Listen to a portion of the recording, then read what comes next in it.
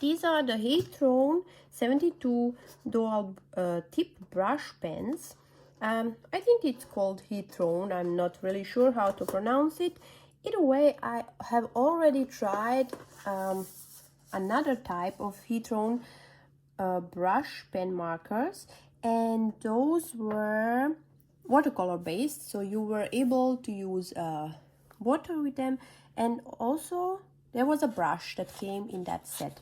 But from what I saw is that there is no brush in this set, and I was a little bit confused at the beginning if these are watercolor brush markers, but yes, they are. They can be activated with water.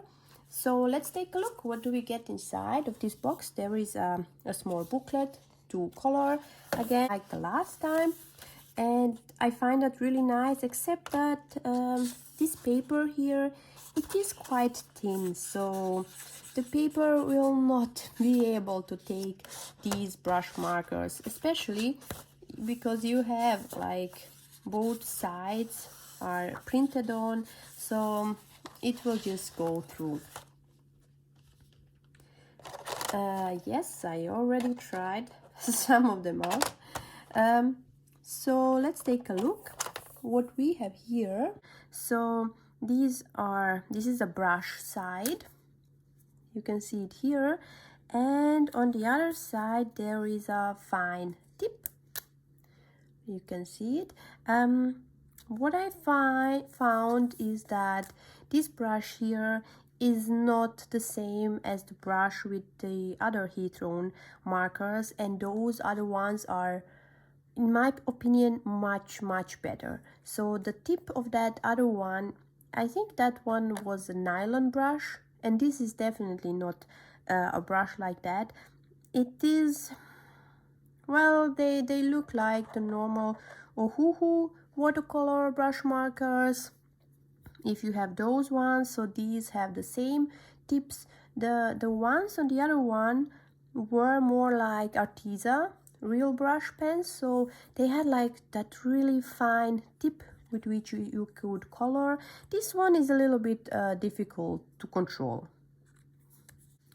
A positive thing here is that in this set you have a color number and a color name written on the markers. That is actually really nice, because on the other ones you had like nothing, so you had either to make a swatch and then also to mark the pens and also your swatch, because otherwise the swatch does not help you. But with these ones you actually have a name on them and the number, and there is like also a swatch on the tin, inside the tin. But yeah, I'm gonna do the swatch myself to see how the colors are,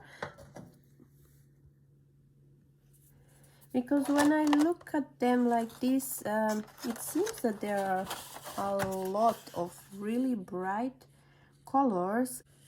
Wait, somehow I oversaw the third compartment. There are a couple of darker colors here, so at least we do have some darker colors. I'm gonna use the same paper I used for the other watercolor brush markers, but I have to say up front, I already tried these markers on that paper, and I would say they are okay. They are not the best on that paper. I also tried them on mixed media paper, and they actually did not work well on that. The best paper for them on which I tried until now was the Canston XL watercolor paper, and there actually I was able to move the color around, and they looked really nice there. But I will swatch them on the paper. I also swatched the other markers because I want to have them on that paper. So yeah, just for the comparison. I did see, as I said, that they do not dissolve so well on that paper, but I will take that in account. And for the for my final opinion. So yeah, I'm gonna start with the swatching now.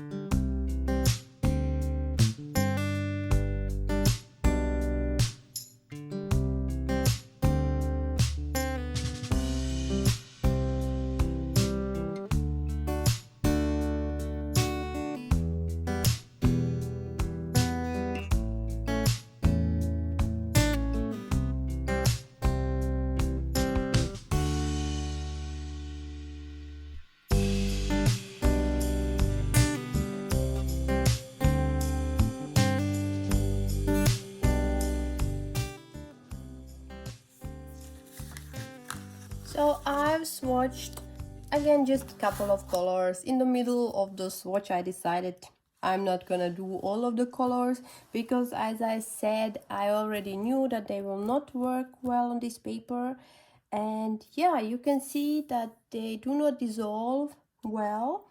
And if we compare that to the, I will call this like a new Hethrone version. I'm not sure because, as I said, I cannot find it anymore. But for me, this one is a lot better. You see, the colors are more vibrant, they dissolve much nicer. Just look at these yellow colors. I mean, this is like nothing. And this here, you have really nice color flow, and this is a nice black, and this here is, yeah, it's actually sad. Another thing with these ones is, as I said, the brush is just not so good. With this one, there it was like it's like a nylon brush, like the one from the Artisan, if you have that one, and this one is like the one from Ohuhu water brush markers, just so you maybe can compare them.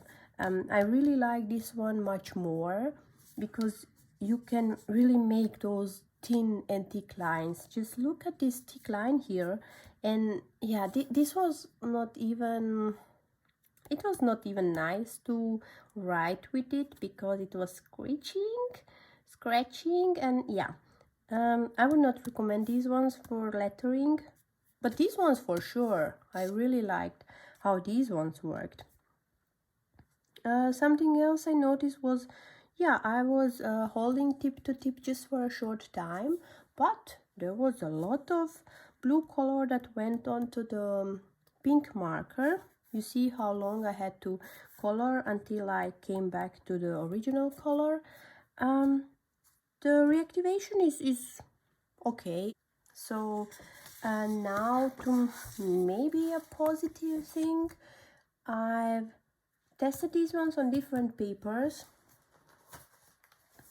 So this is mixed media paper.